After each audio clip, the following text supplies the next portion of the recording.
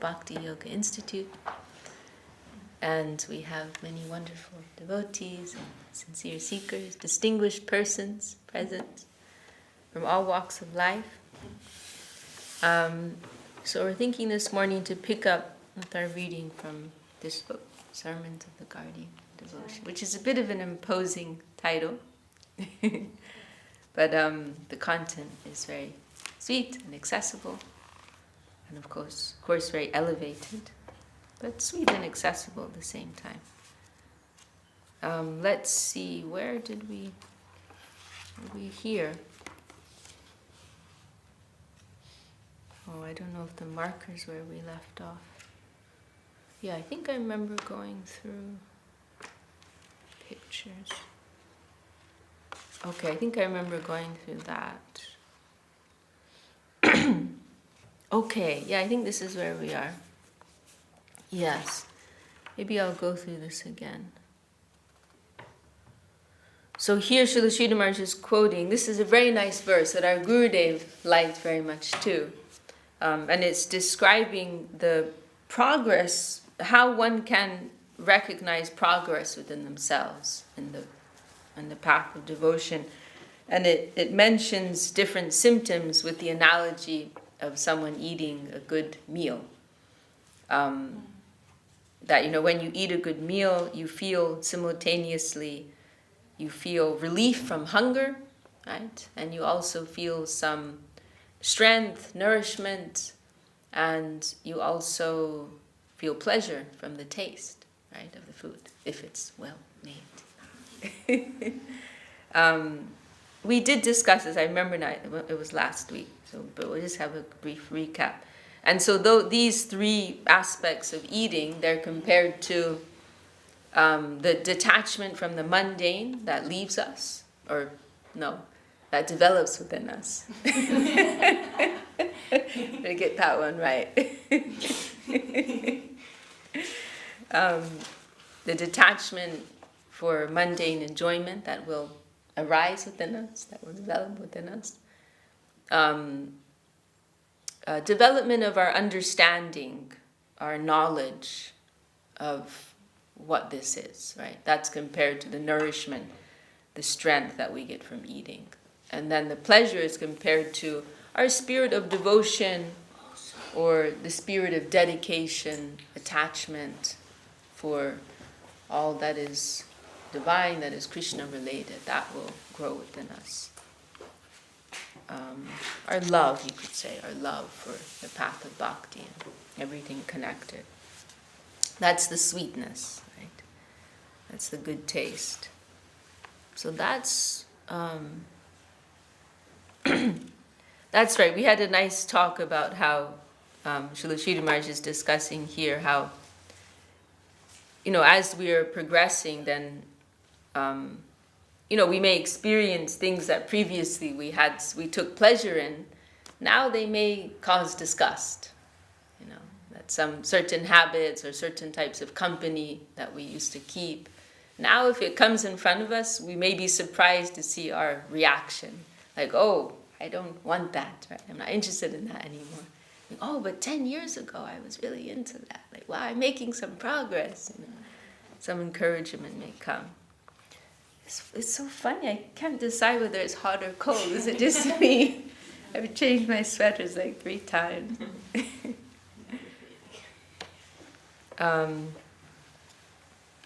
Okay, so now let's see, where did we leave off? Oh, and we also read this nice verse, Vidyate hridaya grantis, chidyante sarva samshaya, kiyante chasya karmani mai jushte kilatmi pandita. Maybe Radharani knows this verse too.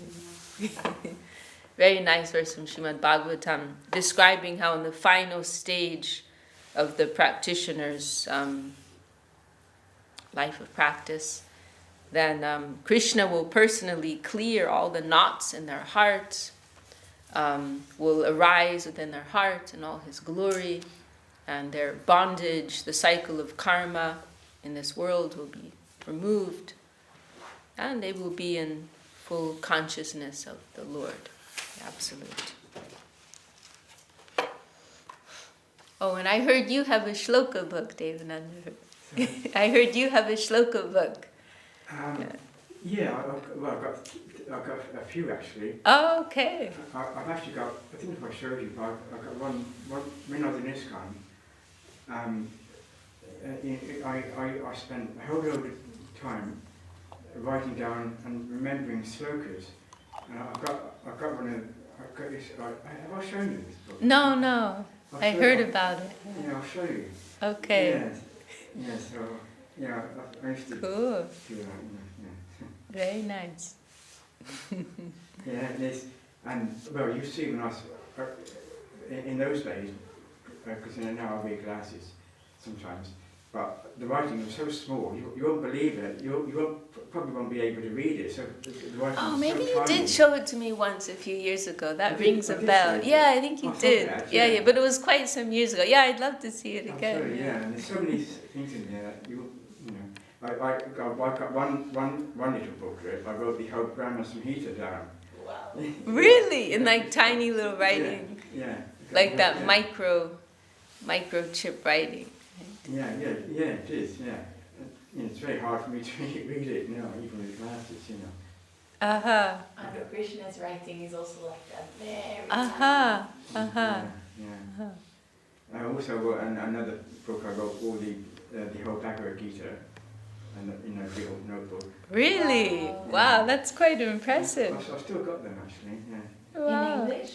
In English and Sanskrit, yeah. Wow. That's cool. That's very inspiring, Devananda. Wow. That's beautiful. Okay. Okay, yeah, this is where we left off. Maybe I'll just read this last paragraph here.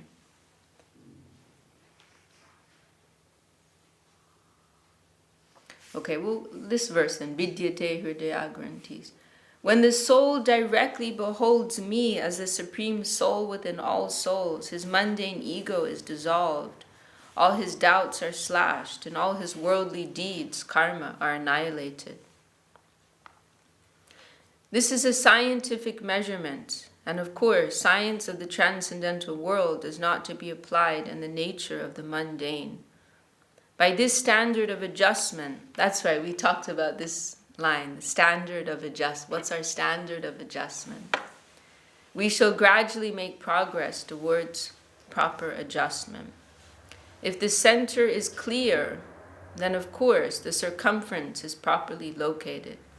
Krishna consciousness is the center, and in that consciousness every event can be found to be properly adjusted. In this way, by that inner satisfaction and realization, one can measure his personal progress.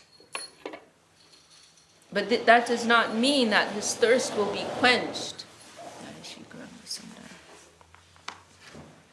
But rather it will increase. But the assurance will come that the direction is the right direction. I am now making progress in the proper line, because many new things can be explained by that formula. They seemed to be unintelligible and meaningless. Now what I am told to be the absolute is harmonizing all these things hitherto unharmonized. Like Srila Sridhar Maharaj says, no chaos, all cosmos. Right? But only when we have spiritual vision are we able to harmonize, accommodate, and see how everything has its place and its purpose. Right? These points are being solved. So, chidyante sarvasamshaya, the doubts are being cleared, and more satisfaction of a wide and spacious nature, the solution, will be felt in the heart of one who is a real student, a regular student of the Bhagavat school. Chidyante sarvasamshaya means all our doubts will be cleared, is a great thing. We cannot accommodate this within the narrow shell of our brain. All doubts should be cleared. What is this? It is inconceivable that all doubts will be cleared. But everything will be solved if we accept the harmonizing center in such a point as advised by Srimad Bhagavatam and Sri Chaitanya Mahaprabhu. Krishna conception of the Absolute. Yeah, this is where we left off here. Absolute love and charm is all accommodating. None can deny it. None can say, I don't want love. It is so universal. One may say, I do not want any grandeur, any power, but I do not want any love, never. Sometimes one may even go as far as to say, I don't want justice. That may be possible. Of course, generally it may be the exception, but still it may be said, I don't want justice. By justice that man will suffer. Rather, I shall suffer, and that man be saved. Just as Jesus Christ told, Father, forgive them, for they know not what they do. By that prayer, Lord Christ set justice aside. No justice may go on this side, and let me be the sufferer. We can take the risk of dismissing justice, but we can't avoid love. We can give up everything, but that love for love, if we have the eye to see, then we shall see that only to get love, prema, we can give up everything in the world. So how valuable is that thing? And Mahaprabhu and Srimad Bhagavatam came with that. And this is really like the main key for understanding, like why we are worshipping Krishna. What is the significance of Krishna? That it is only in Krishna Lila that the full flow, full expression of love is possible. Only in the Krishna conception of divinity, where God is actually appearing in a hidden position, right? Where he's not God. He is, but he isn't. And that's only to facilitate the full flow of love and affection. So this is like the key to understanding, why Krishna? What is special about Krishna? How is it that he is the source? Because love, as Srila Sridhar Maharaj is saying, we can, people can give up everything in this world, but nobody can give up love. That is the core. That is the core desire and need of all beings. Even he's saying justice. And normally justice is considered, a very wonderful, noble thing. But even that may be left, for the sake of love, right? I like Jesus. He's expressing the most, loving prayer, because of love. So then how may that love, which is so natural to us, how can that be expressed in its fullest way in our eternal lives? We only find full scope for that in the Krishna conception, right? Everywhere else there's some restriction, some limitation, right? Where God is in the general convention idea, God is a great almighty being, right? Some distance from us. You cannot fully express that, but only in Krishna, all these different relationships, all these different moods and flavors of love, they're all available to the highest degree. Okay, now it looks like, now Srila Sridhar Maharaj is going to describe something of the history of how Srimad Bhagavatam came out. Before the Srimad, are you familiar with Srimad? You've heard of Srimad Bhagavatam, of course, yeah.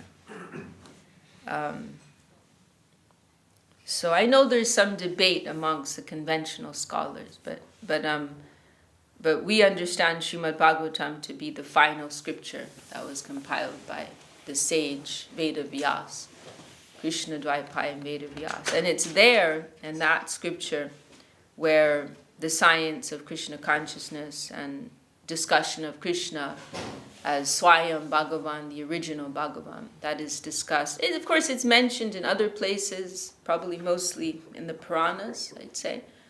But in Srimad Bhagavatam, he's mentioned in that way with also, philosophical explanation. So there's, more of a dignified presentation and explanation of Krishna's position. So Srimad Bhagavatam is, amongst the ancient Vedic text. That's the one that we have, prime focus on. You know all this already, I think. So here, it's a very nice story how it came out, actually. I don't know if you're familiar with it. Before the Srimad Bhagavatam appeared in the world, Devarshi Narad came and gave a regular stricture to Srila Vyasadeva. So Vyasadeva, his guru, is Narada Muni, right? And Vyasadeva, he's compiled all the Vedas, the Upanishads, the Itihasas, which includes Mahabharata, Ramayana. Then finally the Vedanta Sutra. He's put together this huge compilation of work, right? Which is, for the most part, a compilation of the work of other great sages, right? But it's a huge thing, organizing it, compiling it. But after all of this great work, he's feeling within himself, something's missing. What's missing? And then in that moment of this deep contemplation, his guru, Narada, came. And our Gurudev actually used that as an example of how, Guru will appear when we have that real necessity in the heart. And he mentioned also, necessity is the mother of invention. He liked that expression. Necessity is the mother of invention. And so Guru can also come like that. Krishna will help us. We can also say it like that. When we're really in a moment of deep need, we really, really need the answers, Krishna will find a way. Dadami buddhi yogam tam, mentioned in Bhagavad Gita. So similarly, Vyasadeva is really deeply contemplating and a little, maybe sorrowful is too strong of a word, but feeling like something's missing. And then in that moment, his guru comes to guide him. So Devarshi Narada came and gave a regular stricture, this is quite old-fashioned English, to Srila Vyasadeva. What have you done in other words, he chastised him. What have you done for so long? This is nothing. Rather, you did some downright wrong. Now this verse is his statement. Jugupsitam dharma krite nushasataha swabhavaraktasya mahan vyatikramaha yadvakyato dharma iti tadastito namanyate tasya nivadanam janaha. You have committed a great wrong in your injunctions of religious duty for the masses. You have sanctioned condemnable worldly works for fulfillment of mundane desires. The masses are already by nature attached to condemnable worldly works for fulfillment of mundane desires.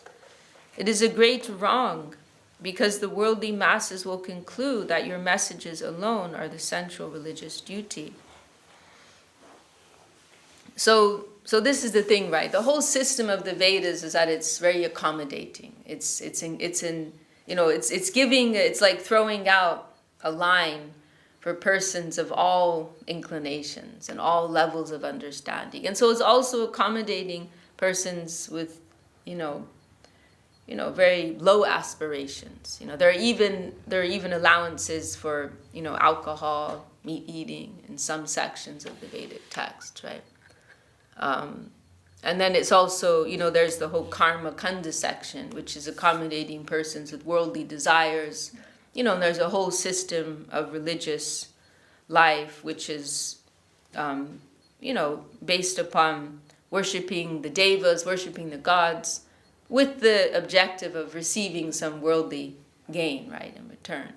So, all these things, they're going to help people live very comfortably in this world. But it's also, it's just making the prison more comfortable, right? It's not really giving them a way out of the prison, right? And of course, there are other sections of the Vedic texts which are focused on, more spiritual advice. But it's like a kitchery. It's like a big mix. And there's no clear, Vyasadeva, Narada is saying it's all jumbled together. And what if someone's very sincere, really wants to go to the highest level, they'll just be confused. It's a big mess, right? So on the one side you have like these karma kanda focused on worldly attainments, and on the other side there are also sections which are focused on becoming free from this world, but there's so much emphasis on renunciation, which ultimately does not represent the true nature of the soul, just to get out of prison. So there's one section which is dealing with becoming more comfortable in the prison. Then there's another section which is dealing with getting out of prison. But what happens after that? Okay, you got out of prison. That's chapter 1. Now where do you go from there? What's going to be your positive and progressive life? How is your life going to become meaningful, right? With purpose, not just, my whole existence, my whole life is about getting out of prison. That means something up to a point, right? So this is, and then of course there are some sections of the Vedas discussing bhakti, but not with any clear philosophy, ontology. And again, it's all mixed together, right? There's nothing that's really putting everything in context and showing what is the clear way forward, right? So this is what Narada is telling Vyasadeva, and he's being very heavy with him.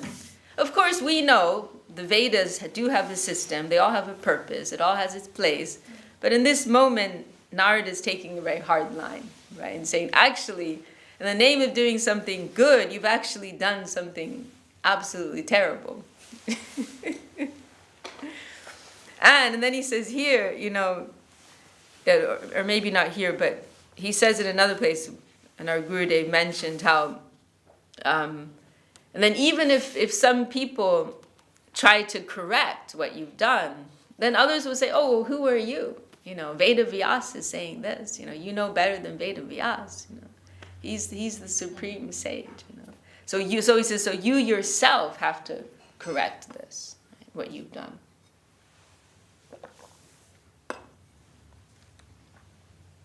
Even if they are taught by other knowers of the truth to refrain from those worldly works, they will not accept those teachings, or they will not be able to understand them for themselves.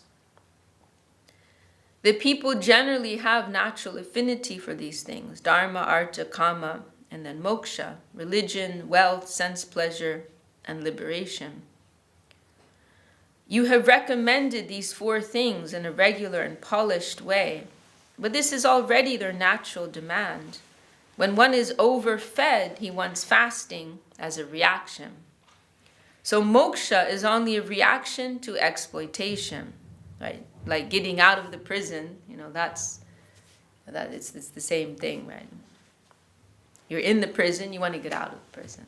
Right? So you deal with the consequences of selfish enjoyment, exploitation in this world, and then you want to get out of the world. It's just a reaction to that, right? But it doesn't represent the natural, wholesome expression of the soul, right? So moksha is only a reaction to exploitation. This is already a fact, and you have recommended the same thing. What new thing have you given them? You have done wrong. Why? Because when a person of your status has recommended moksha, it will be difficult to give anything further. No one will be prepared to oppose your opinion, your standard. All will say that Vyasadeva is the highest authority, and that they don't care for the advice of anyone else. The highest authority is Vyasadeva. So it will be very difficult to get the people to accept through other sources anything beyond what you have given. So you have done wrong. It may be considered your misdeed. Now the only relief can be that you yourself will give the 5th end. Right? What is the 5th end? Prema, right? Divine love. Pancham Purushartha, that's described sometimes. The only relief can be that you yourself will give the 5th end beyond the aforementioned 4 common pursuits, the dharma, artha, kama. Because dharma, artha, kama, moksha, it's only relevant if you're a member of this temporary world, right? But they don't mean anything for the soul, right? Sense pleasure, wealth, that's only meaningful if you're a member of this world. moksha, also the aspiration for moksha, that's only meaningful if you don't have moksha, right? But what happens if you reach the state of moksha? What happens if you become liberated from this world? Then what is the natural state of the soul, right? What's the natural aspiration, inclination, movement of the soul, right? That is prema, right? Divine love.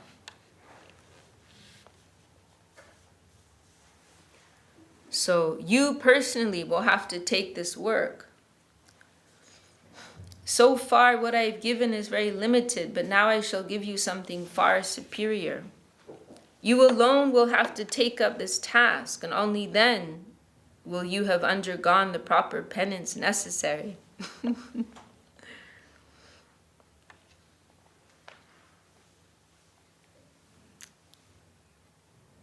So you will have to take this duty with earnestness and clarify the position for the people. So far, what I've given you is more or less of a negative character. Now I've come to give you something positive. In this way, you must create the atmosphere to give them something substantial. Dharma pro. Now this is from the second verse of Bhagavatam. Dharma projita kaitavo trapadamo nirmat saranam satam. The religion of the Srimad Bhagavatam is free from the deceptions of the four ends of humanity, and it is the religion of the true saints. Nirmatsar means an impartial mentality. So far I have given advices to that particular section which is not free from egoistic thinking. I have dealt with them, but now I shall deal with the normal thinking, the good-hearted people. I shall now advise them, or as Gurudev used to say, the healthy people. Like the general religion is for sick people, right? But what about religion for healthy persons? Now I shall deal with the normal thinking, the good-hearted people. I shall advise them. So Sri Vyasadeva was chastised in this way by Devarshi Narada. Then with an outline of 10 basic principles, he had to meditate, assimilate, and finally reproduce. Devarshi Narada left the ashram, and Sri Vyasadeva began to meditate and assimilate. So far, this was my conception of religion and non-religion. Now some new light has been given to me. And in perspective, I have to think out the whole system. The whole system must be colored with a new color. A new color should be given to everything I delivered previously. So he came to write Srimad Bhagavatam. And he also felt moksha, the Brahma Gyan, liberation in the non-differentiated absolute, has been given the highest position. Now the higher conception that has been given to me by Devarshi Narada must be delivered to the world by a person whose Brahma Gyan is unquestionably admitted by all the scholars. So he put together Srimad Bhagavatam, but then he had another problem. How am I going to present this to the world? Who's the person to present this to the world? And so this is where his own son, Shukadev, came in, right? Because as Srila Sridhar Maharaj is saying here, previously, like it's indicated in the Upanishads, in the Vedanta, all the Vedic texts with the highest respect and dignity, they promote moksha as the goal, right? Or Brahma Gyan, Brahma, the, non-differentiated consciousness expression of the divine, right? Generally, emerging into that. That's generally celebrated as the highest attainment. Right? And the Vedanta begins at Tato Brahma Jigyasa, right? Now search after Brahma, search after the absolute. This is what has been acknowledged and described as the highest attainment. So Vyasadeva is considering this. Well, hang on, now I'm coming to show that actually even higher than that is a personal relationship. Right? A personal relationship with a personal entity. Right? It's not that the Brahman is coming down and appearing sometimes in a human-like form, because this is one popular idea, right? That the Brahman is the highest expression of the divine, this impersonal being with no form, no qualities. It's generally often conceived, that this is the highest expression of divinity, right? And then when all these avatars, personal manifestations, they're coming from that Brahman, right? As something lower, actually. But no, he's saying, no, actually, this Bhagavan and the personal divinity, personal God, and personal relationship, that's actually something higher, right? And it's tricky for many to understand because that, personal relationship and personal expression, it's mirroring the mundane world. In many ways, it appears the same as the mundane plane, especially Krishna Lila. Krishna is very human-like, too much human-like, right? So it will be very difficult for people to understand that. And so this is the tricky thing, how to show that this personal aspect is actually the original source, and it's actually higher than the Brahman conception. When everyone's already thinking Brahman is the highest, moksha is the highest. So then he comes to this conclusion, someone who is unquestionably situated within Brahma Gyan, if he will say, oh, actually this is higher, then everybody will pay attention. In other words, if someone who's unquestionably acknowledged as being a liberated soul, who's situated in the plane of Brahman, the absolute, if he will tell, oh, Krishna is the source, Krishna is the highest, then everyone will pay attention. And Vyasadeva thought, actually, if I will tell, people won't pay attention. Vyasadeva has some history, right? He actually had some children, as we know from Mahabharata. And also in all his work in the scriptures, he's getting into all kinds of material matters as well. He's someone who knows the world, right? Has some worldly vision. And so if I go to tell that this Krishna, this whole Krishna story, this is even higher than Brahman, they're not going to take me seriously. They may even say, oh, that's like an excuse for you to do whatever you want. Yeah, Krishna is like that, the Supreme is like that, and so we can also be like that. So people won't take me seriously. So then he comes to the realization that his own son, Shukadev, is a perfect person. Because Shukadev, we hear that he appeared in this unusual way. He was in the womb of his mother for 16 years. He came out fully grown, 16. But he's already, from his previous life, fully situated in spiritual consciousness and Brahman consciousness. So as soon as he's born, he immediately runs out the house and he goes to live in the forest. And he's just living in this state of high spiritual consciousness, meditating in the forest, maybe living on some berries and so on. And we're told he didn't even have any awareness of distinction between men and women. Like that's the level that he was living on. Had no awareness of his body. And then we hear his father was running after him at one point, trying to catch him. And they passed by these young women who were bathing in a lake, and they were naked, young, beautiful women, they're naked. And we hear when Shukadev went past, they could see, his eyes were in another world, they didn't have any shyness. But when his father came a little behind him, they're immediately covering up their cloth, their bodies, right, putting their clothes around, because they can see, he's someone of the world, and so they naturally felt shy. But Shukadev, it was a different story.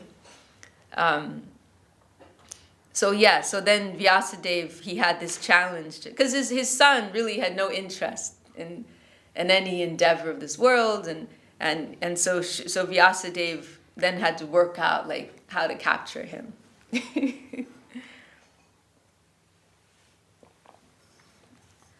So he searched for Shukadev. Shukadev is the only person who is very widely respected by the so-called liberationists. This higher doctrine should be brought to light through him, and then the position of Bhagavatam will be automatically unchallengeable. So he hunted after Shukadev.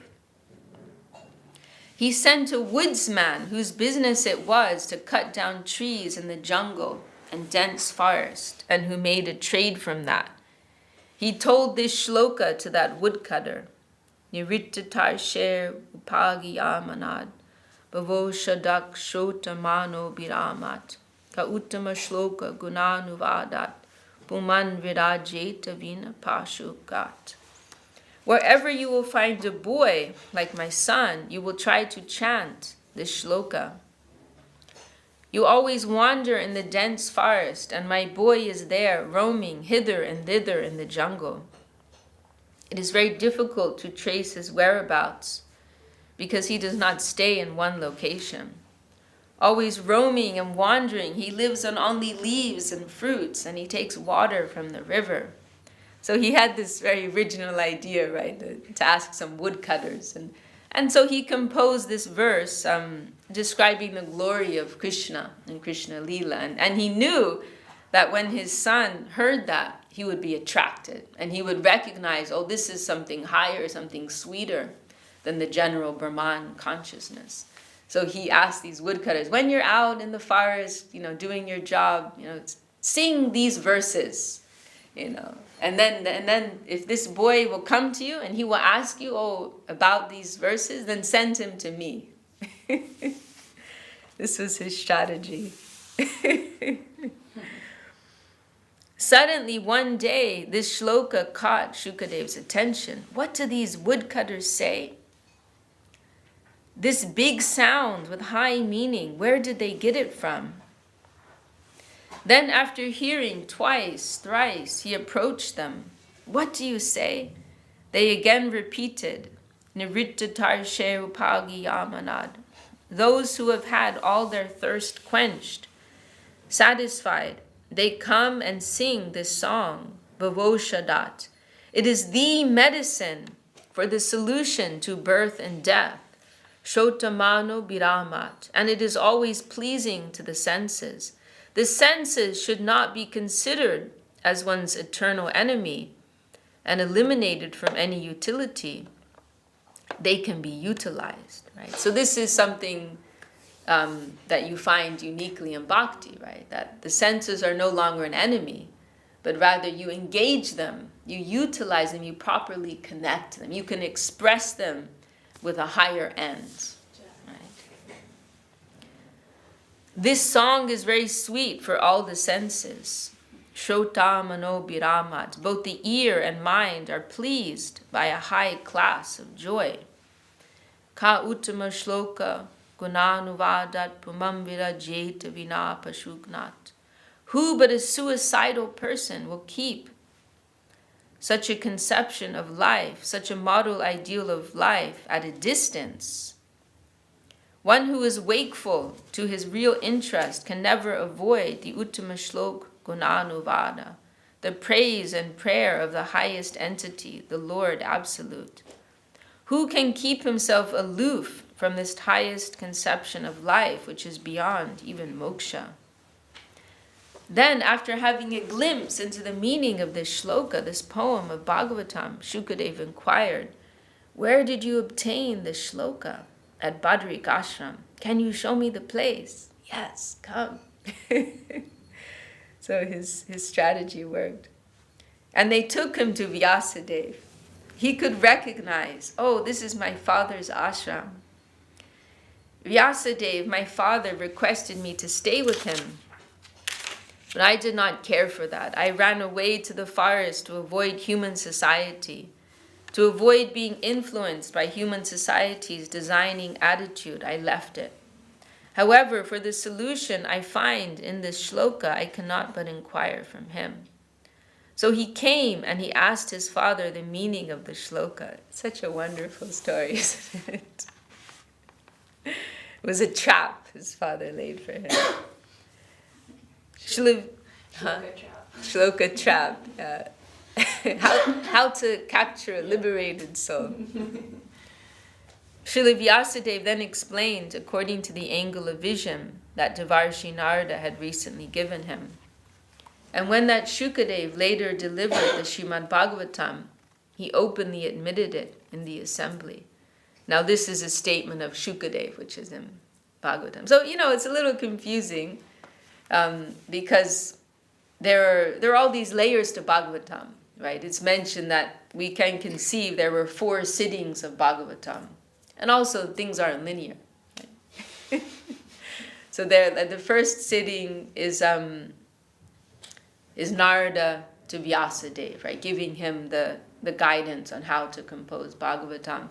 Then the second is Vyasadeva telling Shukadev the teachings of Bhagavatam.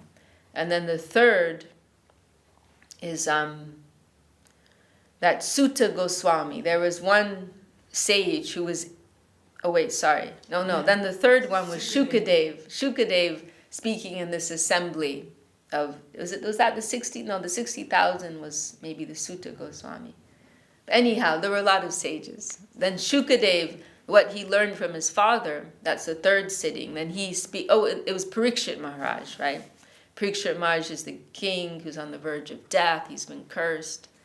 And Shukadev comes to his relief at that time. There's this great gathering of all these great sages. Then Shukadev delivers the message. And in that assembly, there's this Sutta Goswami who hears it all, captures it all. And then so many years later, he presents it again in another assembly at Naimisharanya, I believe, the 60,000 sages. And then after these 4 presentations of Bhagavatam, then Vyasadeva is recording it, right, compiling it. So then when you're going through Bhagavatam, all these different layers are kind of coming up here and there. Sometimes it's Shukadev speaking, sometimes Sutta Goswami speaking, and like that. I mean, it's wonderful because, just our mundane mind, it thinks in a very linear way, very limited, like A to B. But actual reality is not like much broader than that. So we'll just read, maybe we'll conclude with this. So this is Shukadev's statement where he's describing, like previously I was living in this Brahman consciousness, but I was moved from that position, hearing the sweetness of Krishna Lila. So this is sometimes cited as evidence that Krishna Lila is on a clean spiritual platform. Because Krishna's activity is a little questionable sometimes, right? But the fact that even, liberated souls, they are attracted, then that shows what they're attracted to is not something material. It must be of a purely spiritual nature. So this is the verse of Shukadev. And there are a few statements like this from different great souls, and this is one of them. Parinishtito piner gunye uttama shloka lilaya rihita cheta vajarshe akyanam yaraditavam tadaham te vidasyami mahopo rushika bhavam yasya shadadatam ashu syanmukunde mati sati. When Parikshit Maharaj inquired from Sri Shukadev Goswami, Shukadev first introduced himself in this way. O sage among kings, despite being excellently merged in the transcendental Brahman, I have studied the Srimad Bhagavatam because my heart was attracted by the pastimes of the Supreme Lord, Uttama Shloka. King, you are a devotee, and as such, you are most qualified to come to Krishna, the Supreme Person. Therefore, I shall explain this narrative scripture to you. Swiftly does divine love for the Supreme Lord Mukunda arise within the heart of one who has developed faith in the Srimad Bhagavatam. Okay, maybe we'll stop there for today. Can I ask you something?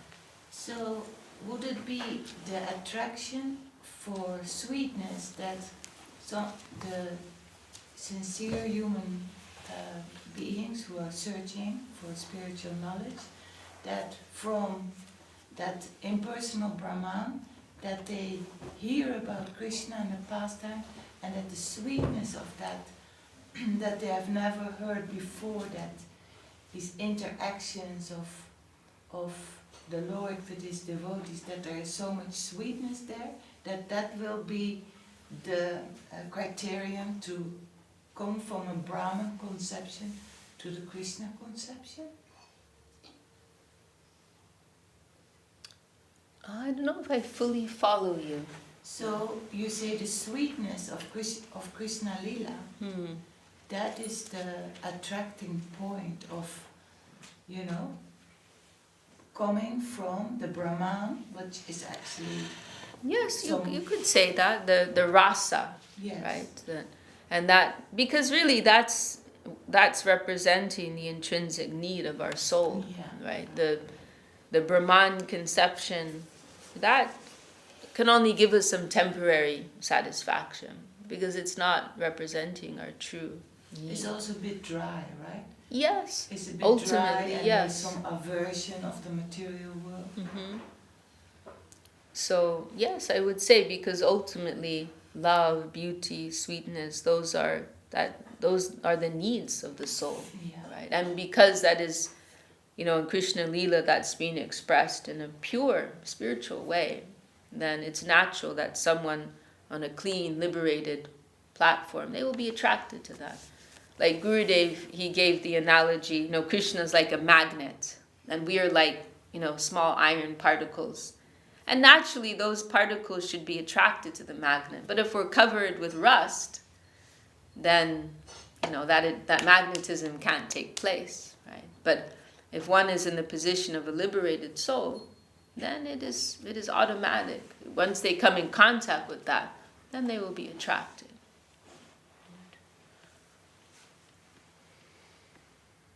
And there's a natural relationship there also. Jiva Supa Hoy, Krishna Nitya Das, right? So it is all natural.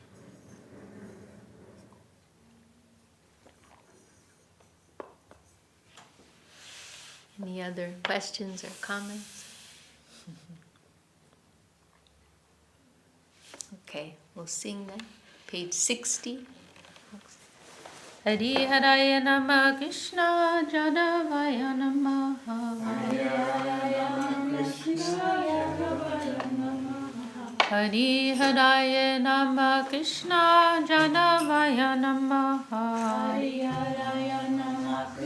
Jadavaya Namaha.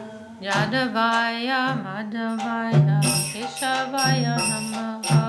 Jadavaya Madhavaya Keshavaya Namaha. Gopal Govinda Ram Shri Madhusudana.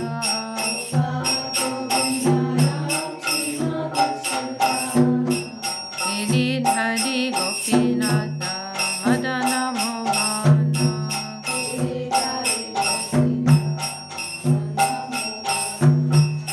Chaitanya Nityananda Shri Advaita Chandra.